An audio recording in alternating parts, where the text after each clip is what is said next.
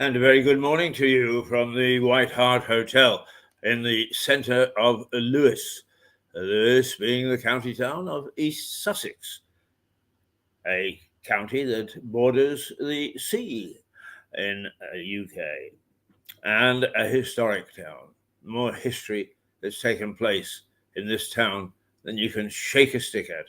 And more of that history has taken place in this, the White Hart Hotel. Always lovely coming in first thing in the morning. It's either Jane or Shannon to greet you with a cup of coffee and the fire burning brightly in what is now the lounge and used to be the farmer's bar. We are in the cocktail bar, equally as historic. Lots of things happening here, and I'm happy to say that we. Let's see. Yes,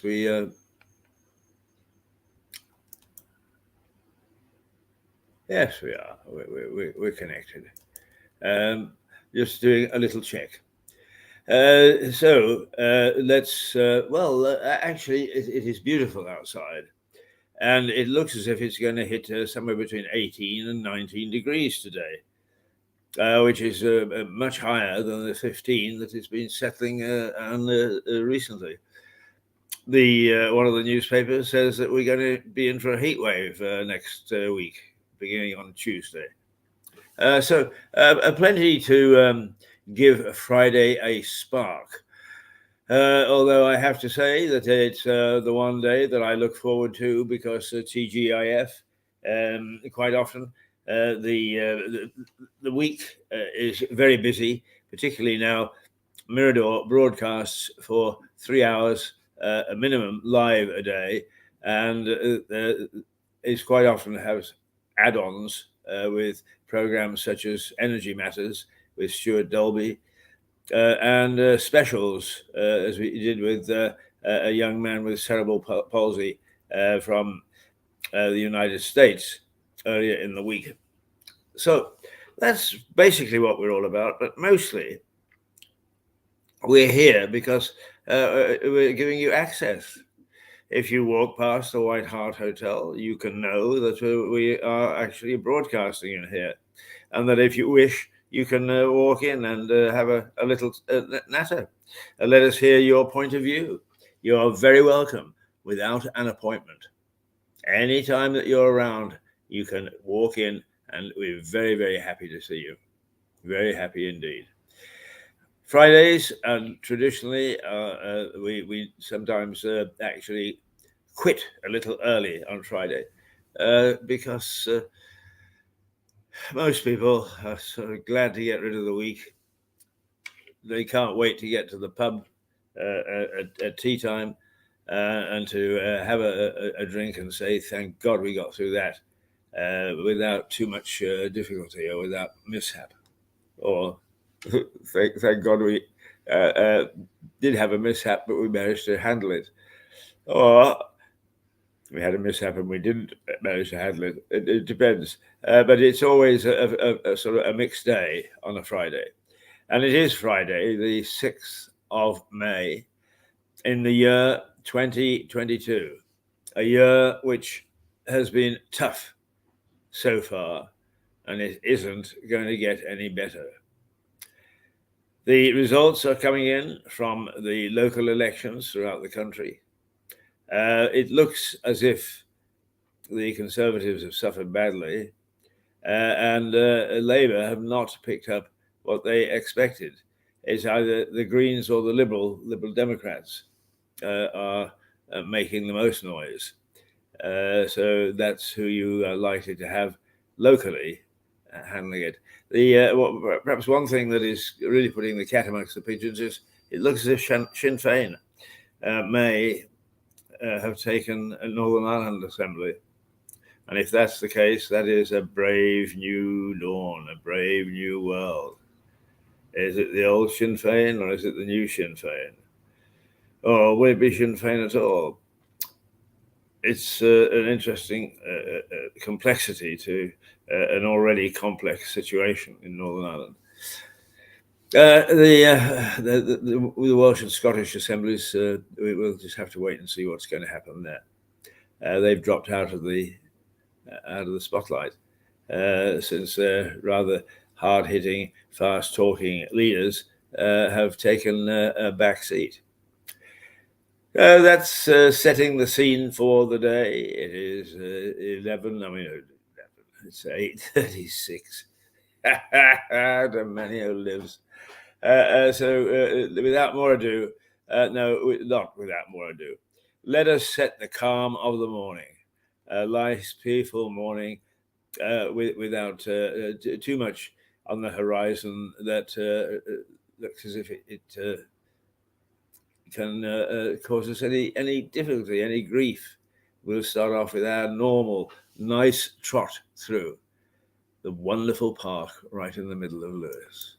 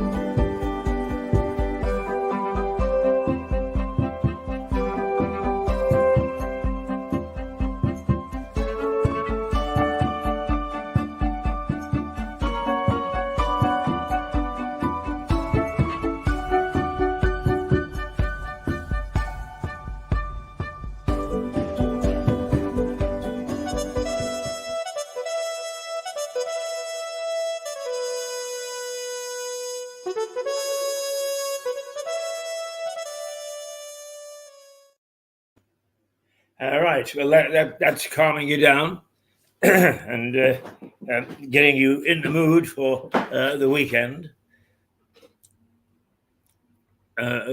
Just a couple of notes is that in the next couple of weeks, we shall have the rerun of the Battle of Lewis, the historically significant battle which gave the first strands, the first glimpse, the first glint of democracy into English social life. Social life? Well, legal life, I suppose. But so that's coming up. And then in June, we have the Speakers Festival, in which many well-known faces turn up in Lewis to give a speech, sell their books. But for the moment, let's take a look at the newspaper headlines, and nearly all of them are gloom and doom. And the first review is of the Financial Times, not the widest read paper, but certainly one of the most influential and important papers. And it is the Bank of England warns of household pain and recession this year as the rate hits 1%. Interest rates are going to go up to 1%, which is that's the base rate. So don't expect any relief from your bank account or from your credit card. They will pile on the agony, believe me. They don't make any concessions and pat you on the head and say, "Well done, thou good and faithful servant." It's you've been with us for 20 years.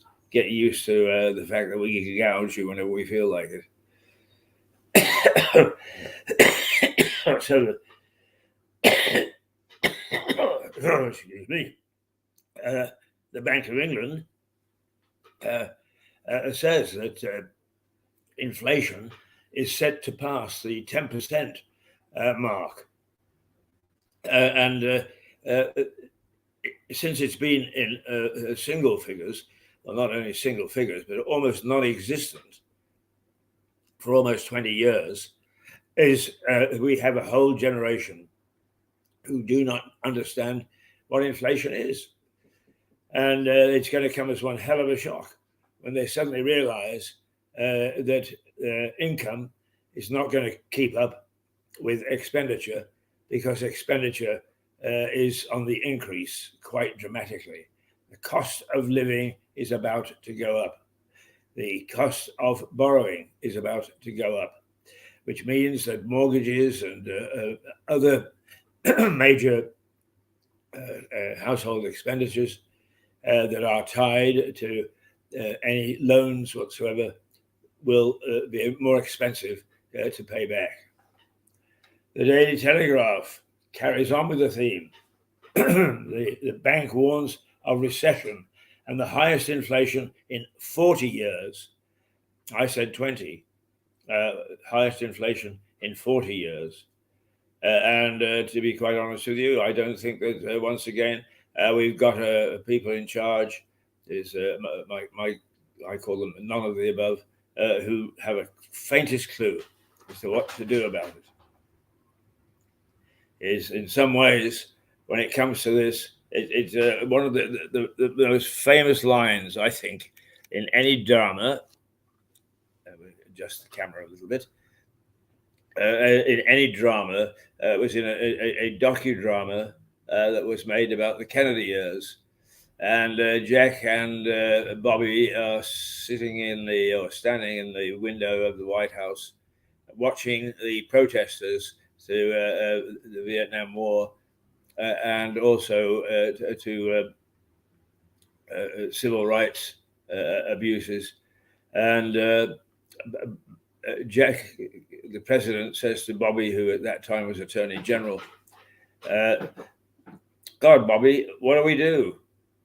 And Bobby answers, what we usually do, Jack, nothing. And it seems that when there is acute problems, politicians dive for cover. If they do nothing, they are not responsible for making a situation worse. Making it better is something which can wait for a better time when they can boast about it. So the Daily Telegraph, the highest inflation in 40 years. The Daily Mail, families set for record squeeze. Well, that is perhaps highlighting for the retail trade. I call it the retail finance. That's the finance that hits us. Forget about global lending and all the massive amounts that float around in the world. But we are set for a record squeeze, and things are going to get so much more expensive. And there will be hidden things that get more expensive too, because inflation doesn't stop at any one particular sector and say, oh, that's okay. It is rampant and it is widespread. So families set for record squeeze. They can squeeze me all they want. They are doing at the moment. And I must confess is I find it very difficult to keep up with the squeeze. So I'm going to find it even more difficult as the crisis kicks in. So squeeze them till the pips go, the metro. Now, inflation to top 10% is quite direct, the metro. And in fact, the clever leader writers have been given a back seat this week because while everybody wants to know about inflation and price rises and cost of living and so on and so forth,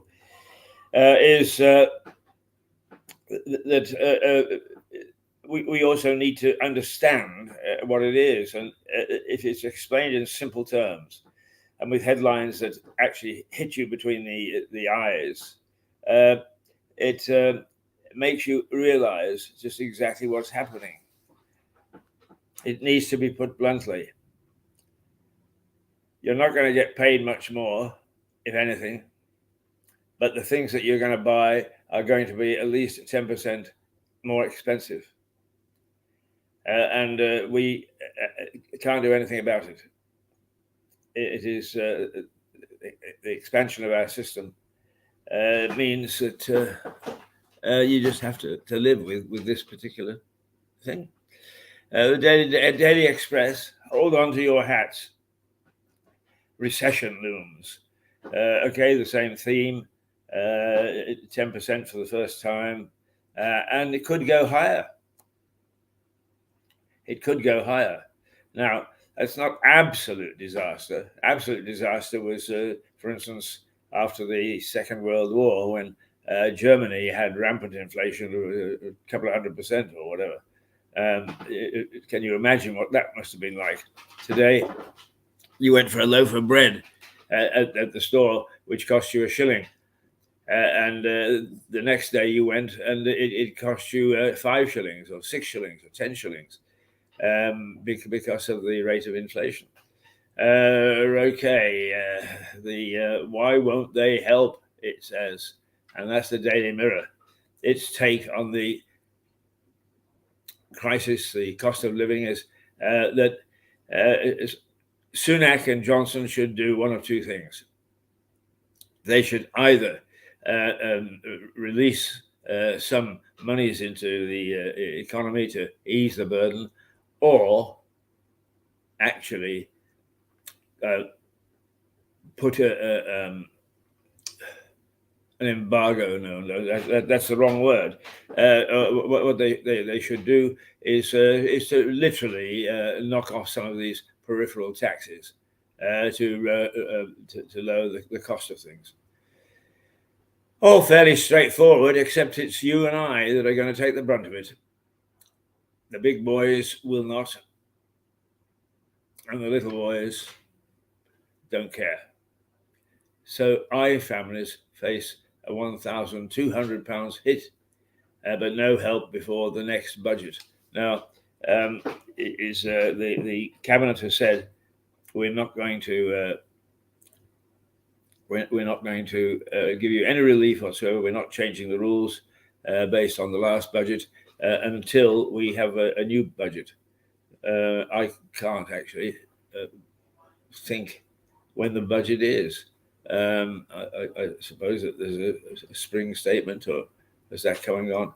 But anyway, even if we have to put through to any budget statements, it's going to be tough. It is going to be tough. The Guardian. Bank raises interest rates and warns inflation will hit 10%. There you go. Same theme. The Times. Slash taxes to stave off recession. Sunak is urged. Well, a lot of critics are saying, listen, if you take certain taxes away, and not just the 1 penny in whatever it was, the derisory amount announced a little while ago.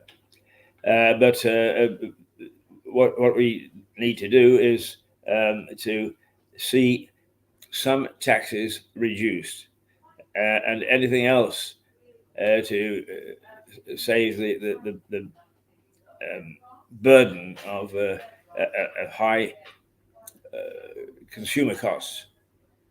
Everything from your mortgage down to the cost of kitchen roll.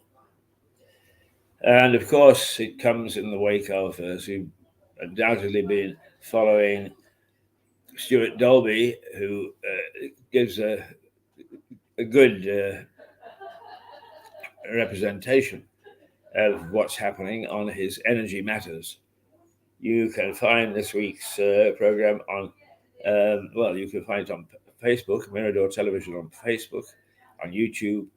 You can find it on miradortelevision.com on our website, or you can follow it in Facebook and YouTube direct.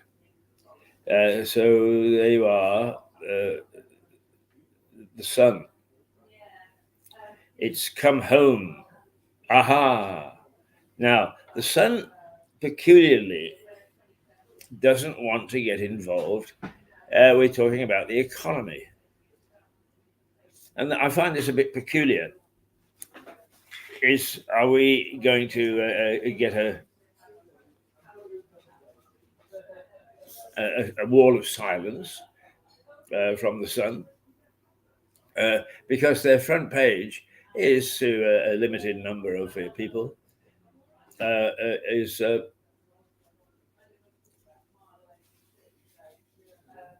It's just a little thing that's come up, cover the front page of the Sun. Right? Is what it's done is it's concentrated on the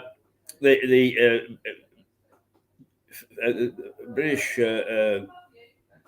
Football Association is their timidity in allowing an anthem to be played at the World Cup. And it's caused such an uproar, they've had to back down. So the anthem will be played, and other so-called offending materials retained. And I think that what the Sun says is craven FA chiefs who are all ready to cave into the woke demands. And here is my favorite star, right? Now, it majored yesterday. Its headline yesterday was, "Hey, it's going to be 23, 24 centigrade in very short order," and with that big increase in heat, we shall have all the attendant problems that a bad or poor summer brings. We'll have increased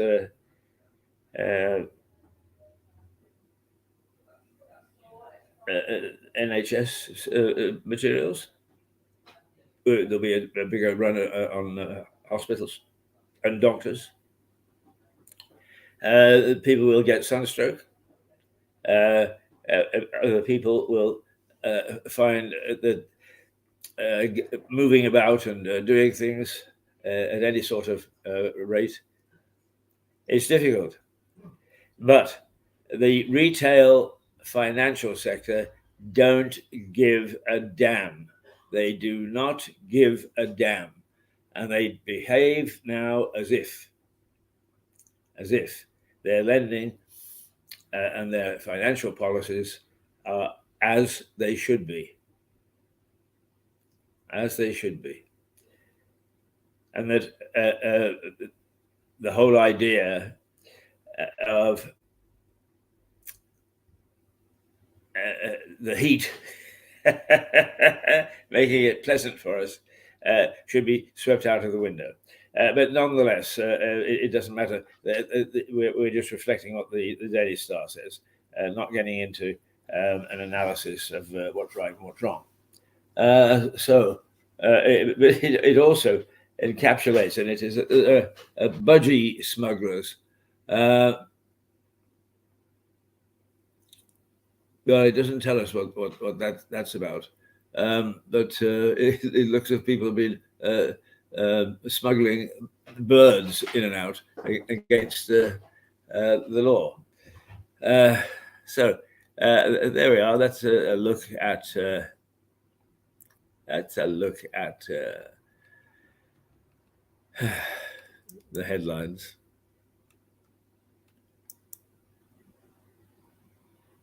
Shall we?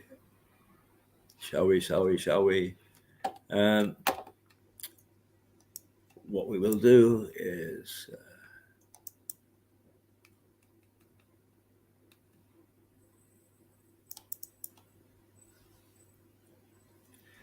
we'll look at what we've got to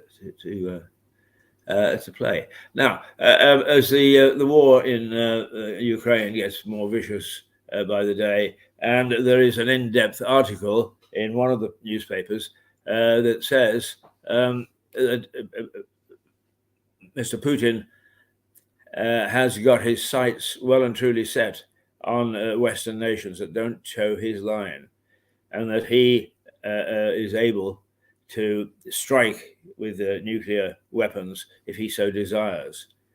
And the author of this agrees with me. This is a man who does not care what his reputation is.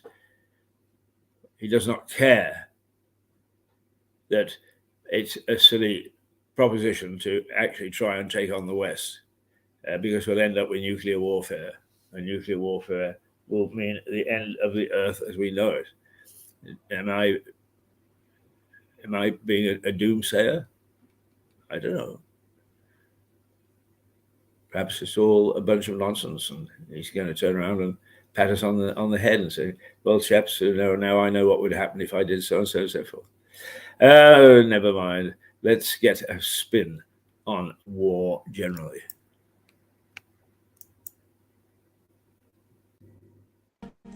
How many roads must a man walk down before you call him a man? How many seas must a white dove sail before she sleeps in the sand? Yes, and how many times must the cannonballs fly before they're forever banned? The answer, my friend, is blowing in the wind. The answer is blowing in the wind. Yes, and how many years must a mountain exist before it is washed to the seas? And how many years can some people exist before they are allowed to be free? Yes, and how many times can a man turn his head and pretend that he just doesn't see? The answer, my friend, is blowing in the wind. The answer is blowing in the wind. Yes, and how many times must a man look up before he can see the sky? And how many ears must one man have before he can hear people cry? Yes, and how many deaths will it take till he knows that too many people have died?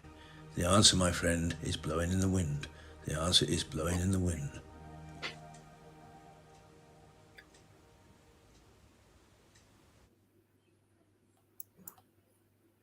Now, there's is a song by Bob Dylan, one of the great social songsters, musicians of the 70s and the 80s. And he certainly gives an expression to how many of their nonsensical things does it take before man will realize that war isn't the answer. Well, those are the newspaper headlines, and it's sad that with the cost of living on the way up, that the retail banking sector is in no mood to give any concessions. In fact, if anything, they probably hired more people in their call centers to make dunning telephone calls. You are late with the payment. You owe us 25 quid. In the scheme of things, absolutely nothing. But can they actually bring themselves to set a new policy of help to the communities, help to the average citizen, help to those things and those people who are patently going to suffer, if not are already suffering? And that's the sad situation for it. So anyway, those are the newspaper headlines. What time is it? It is 0900, 9 o'clock. Time to get out of bed. And join us, if you will. You don't have to join us for any great gobs of time. You can dip in and out. But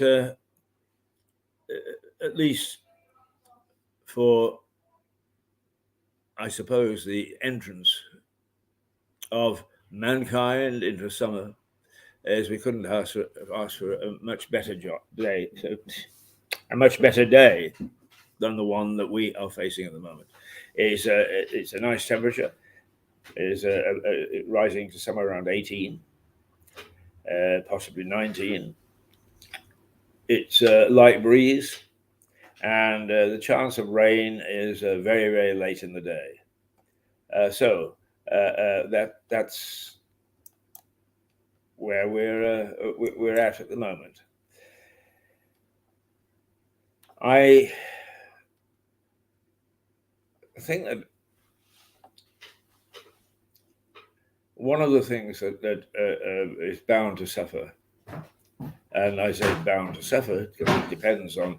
The lovely Jane has just joined me. This always gives me a highlight of my morning when Jane comes in. Mind you, we race each other into the office, and she keeps winning. I really got to get my skates on.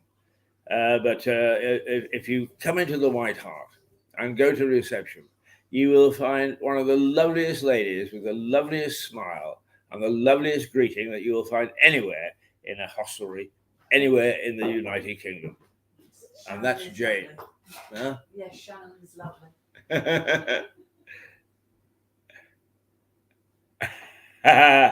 Oh, she said, yes, Shannon is lovely. Shannon is the second lady who's not on until 3:00 today. I checked the schedules. Now, where was I? Oh, yeah, the retail financial sector is not making any concessions. It is entrenched. It has got itself so dependent upon computers, it can't possibly change, or at least it can't possibly change immediately. And there is no signs that it's going to change at all. I mean, one of the very, very worst, and of course he brings American business practices, is Amex, American Express. It says in its blurb about how it helps small businesses and people, and that you should use it. The small shopkeeper has got able to take Amex and can give it a great boost and so on. Well, it's all foldy-roll and loldy-doll. It really is. It's nonsense. This is the leader. Mind you, most of the others are following suit now. But this is an American company, and it believes in globalization. And globalization means that it has one boss worldwide, and that boss is in the United States. How people accept retail finance and the way that it's run in the United States is entirely up to those who want to deal with Amex. But it uses the American system of chasing like hell. It doesn't matter whether in fact it's legitimate what they're looking for, but it's chasing like hell to get you to make a payment or whatever. There's nothing wrong with them expecting the cardholder or the people who bank with American Express. Nothing wrong at all with allowing the company to behave as it wants.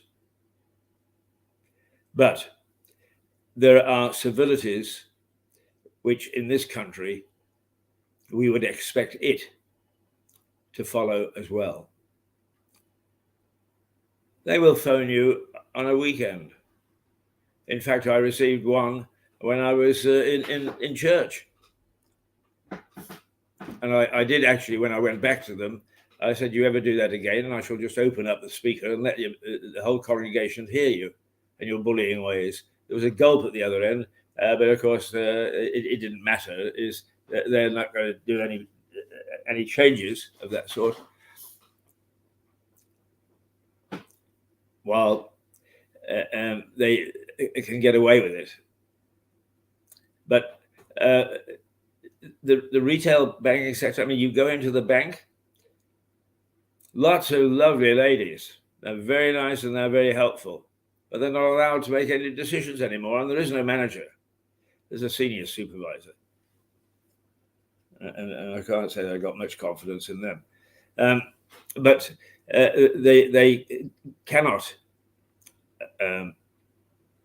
stop the way that they treat things in America, which is a much, much, much more aggressive way of recouping not losses necessarily, but money that is out being out used in the community. Is that they've got to realize that we are not used to inflation. This is a new ball game.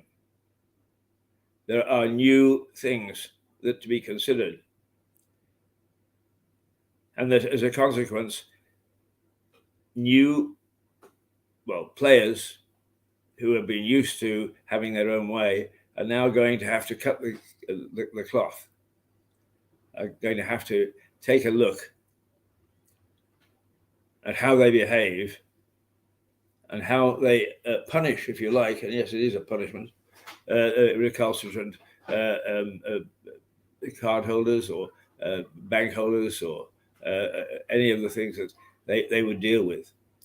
Because when the retail banks got into trouble a few years ago, a couple of years or so ago, it was the general public that came and bailed them out. And one would expect better treatment of the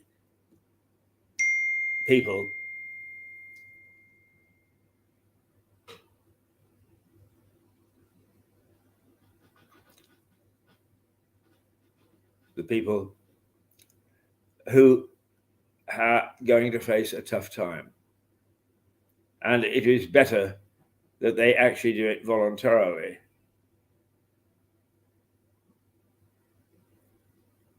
rather than be forced into it through legislation.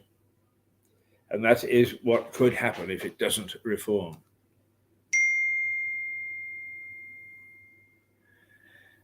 Let's take a break. This little town that we are in, we live in, and which punches above its weight in almost everything that it does, is a delightful little town. We have an apprentice, a student actually in training, but he's good enough that we offered him a little mini apprentice post. And first of all, he's only 17. He's never made a feature before. But secondly, he is not from Lewis. So he saw everything through fresh eyes. And he did a little documentary or feature, whatever you want to call it.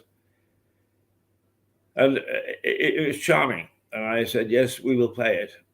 So let's take 6 or 7 minutes and take a look at what he did and how he saw Lewis.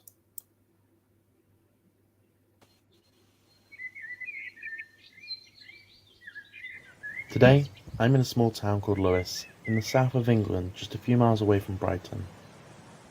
I will be taking a walk through Lewis and some of the historical sites, which date back over 1,000 years in this show, Hidden in Plain Sight. One of the best things to do in Lewis is explore the streets, as there is lots of historic Twittons to explore and look through. The high street is packed with small and independent shops, and there are plenty of pubs and restaurants to choose from.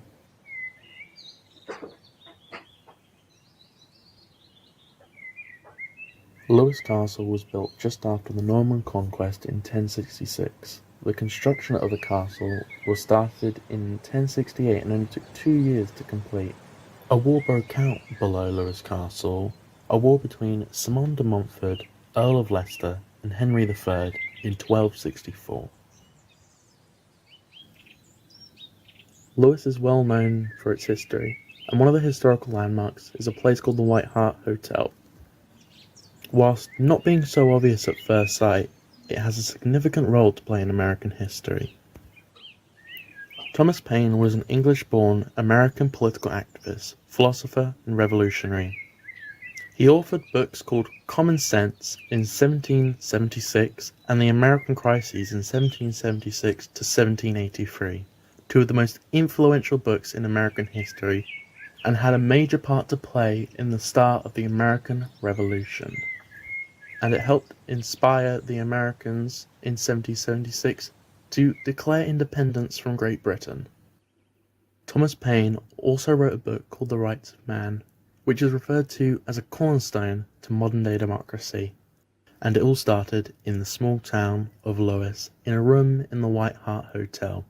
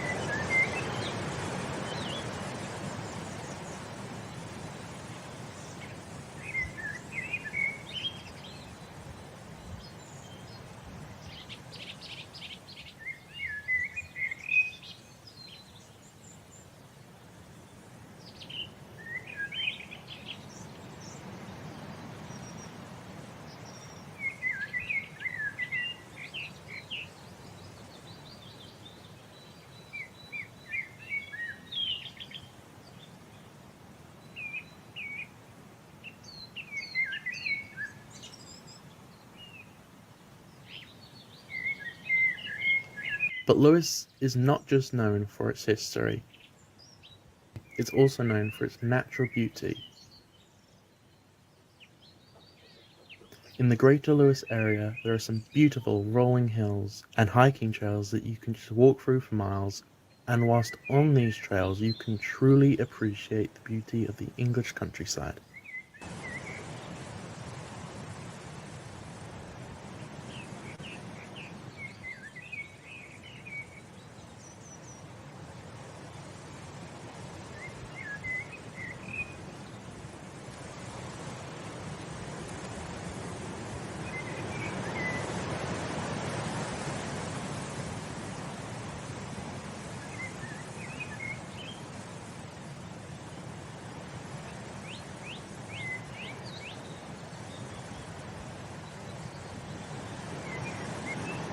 The River Ouse is one of the longest rivers in the country and goes through Lewis. It's a beautiful sight to see and is home to many different species of fish. Lewis has so many different trails to choose from. It can take you all through the town, fields and hills. I would personally recommend Mullingdown Nature Reserve and the Lewis Downs, as you can stand atop of the hills and see for miles, which is a sight to behold and one you don't get to see that often.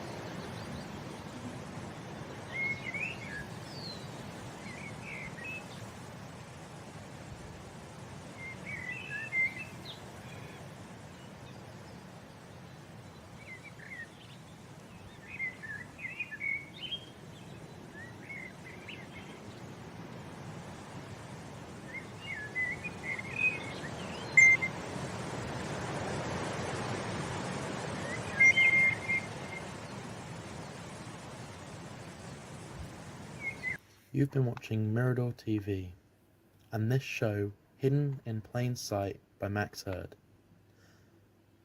Thanks so much for watching and have a great rest of your day.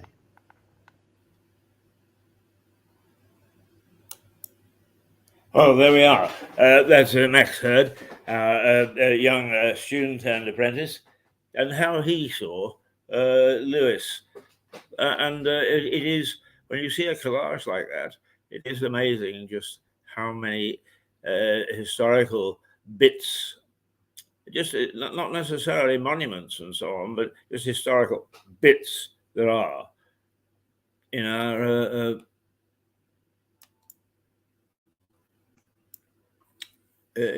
tiny little town. And it's not such a tiny little town, of course, it's about 17,000 people. But compared to the big cities around it, Brighton, even Gatwick, and the Eastbourne, and even Hastings, it's quite small. It's quite small. But as I say, it is the center of a lot of important things. And so we remain at the heart of activities in the county. Now,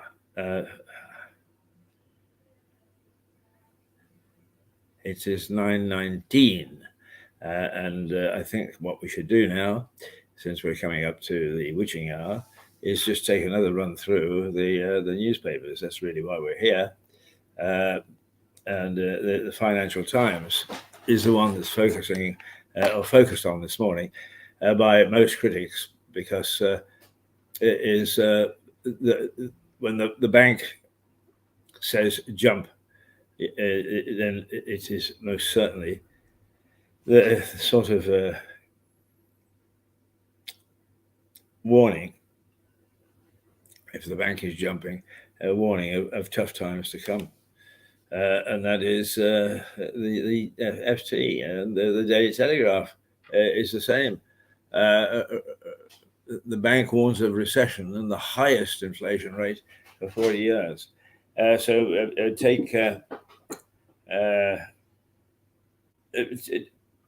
take that with a pinch of salt. Don't say to yourselves, well, it's inflation. We got through it before.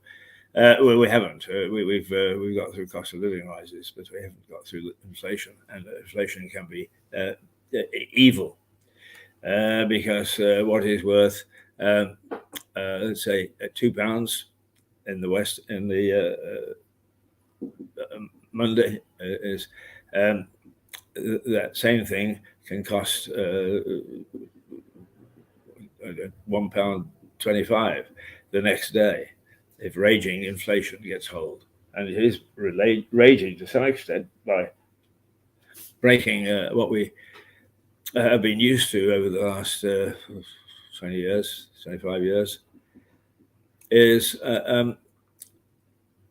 low inflation, low cost of living rises, a little bit of money in the pocket, all sorts of things that we've got used to. And we're going to probably find people not enjoying those sort of things, not enjoying the fruits of their labor, because believe me, we'll all have to work still as hard. Nobody gives nothing in this world, and that is particularly true of our present administration. The Daily Mail, families set for record squeeze. The Metro, the London paper, inflation to top 10%.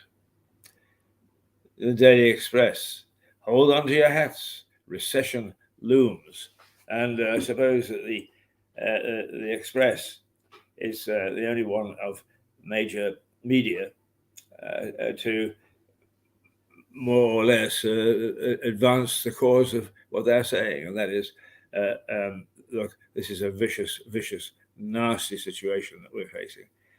So don't think that just because it's a lot of it is not done its homework for following us through. Don't blame them. These things are unknown quantities. Unknown quantities. Why won't they help the Mirror, as Rishi Sunak and the Mirror are being called upon to lower taxes, or in many ways make ease the burden of government spend, so that we do have, first of all, we have a studio, we have a program, but generally speaking, right across the board is that the cutbacks and the inflationary rate will start to ease, and we shan't be in this situation forever. And that's the only bit of hope that I can actually give you.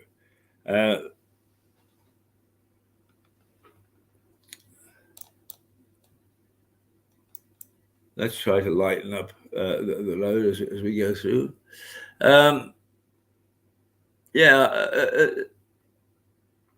There's a lovely art gallery here. And it is run by Nita Peterson, who is an artist who adopted Lewis as her home many years ago. And she runs exhibitions herself, and she also offers to friends and family and so on the opportunity to show. Now, it's a lovely little Star Brewery. It's in the old a Star Gallery, rather.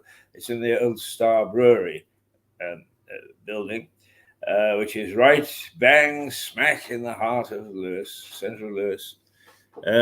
Worth having a go.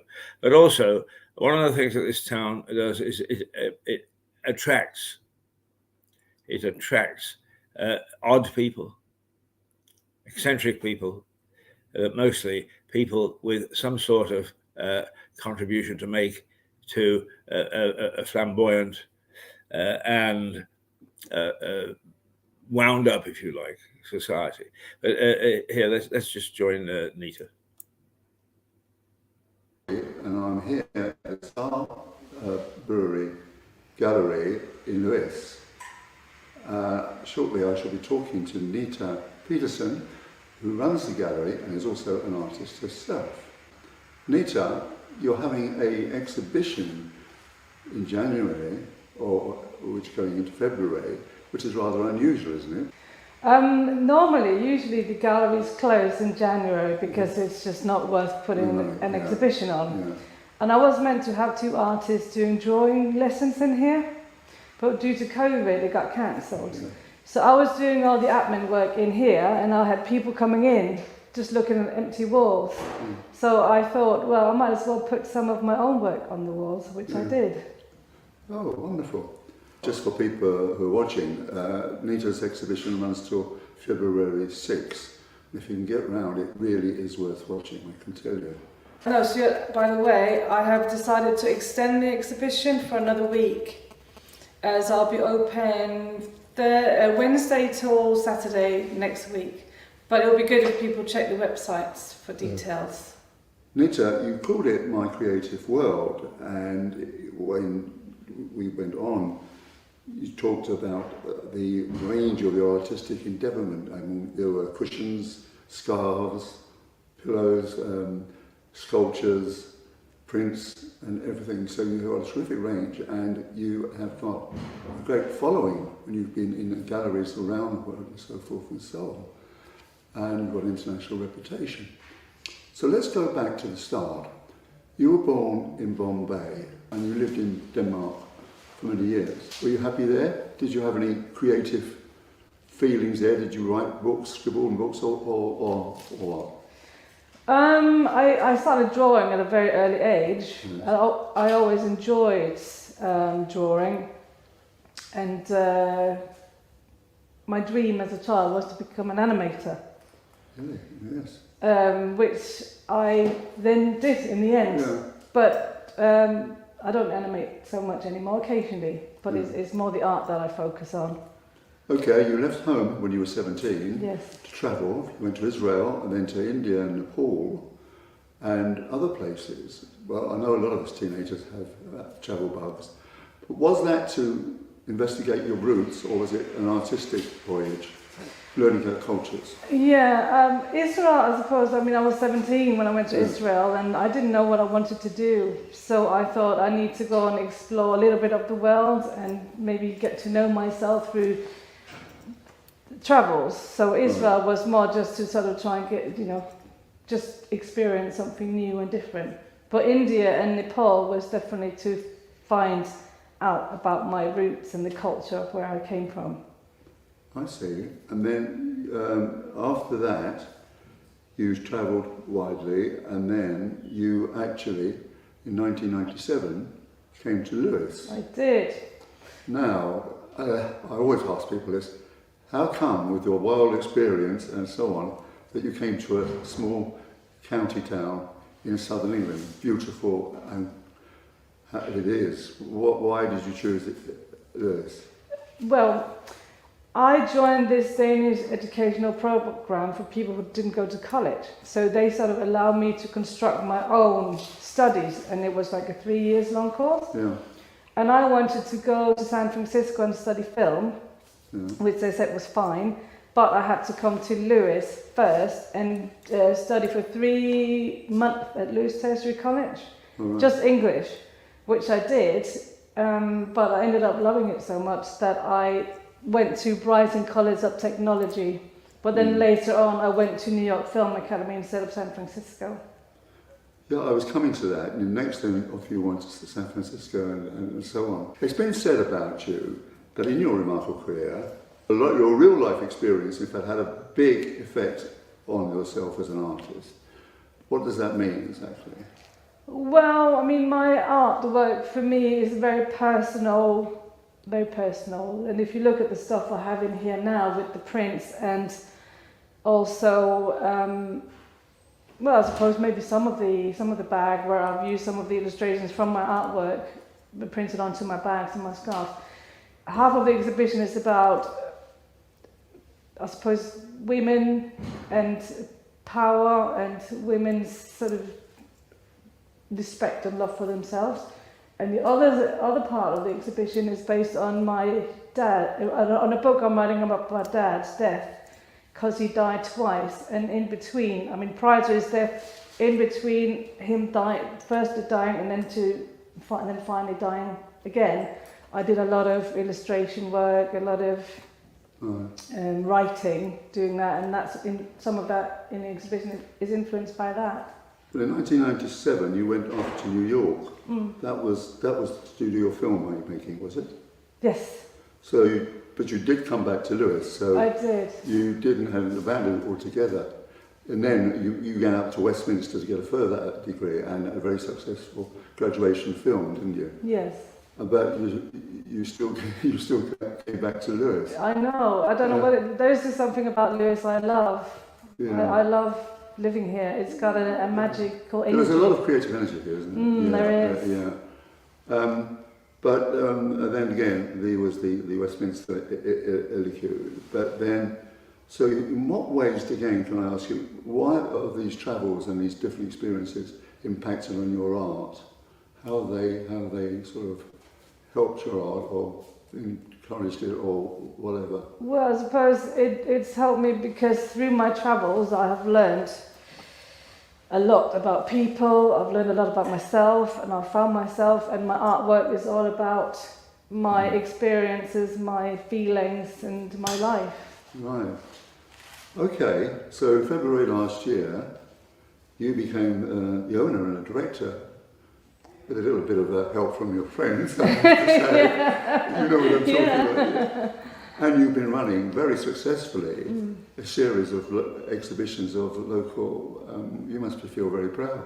I am. Yeah. It's been a great journey, and I've got lots more exciting exhibitions coming up in 2022. It's been so very good talking to you, Nita. too used to it. Yeah, thank you very much. Thank you, thank you. This is Stuart Dorby for Meridor Television.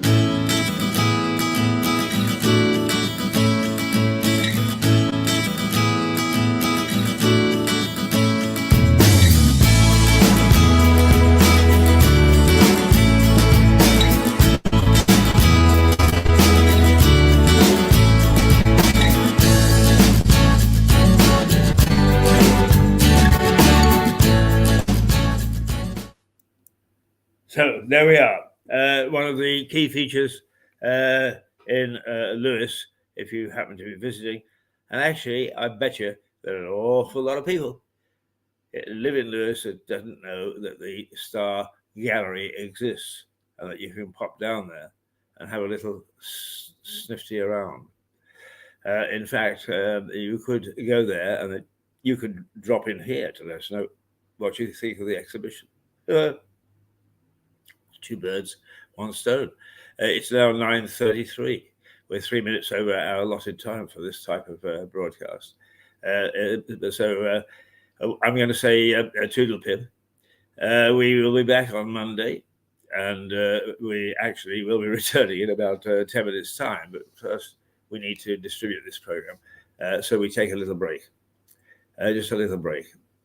And I have to say that this morning is so relaxed, and you can look out of the high street and you think, where have all the people gone?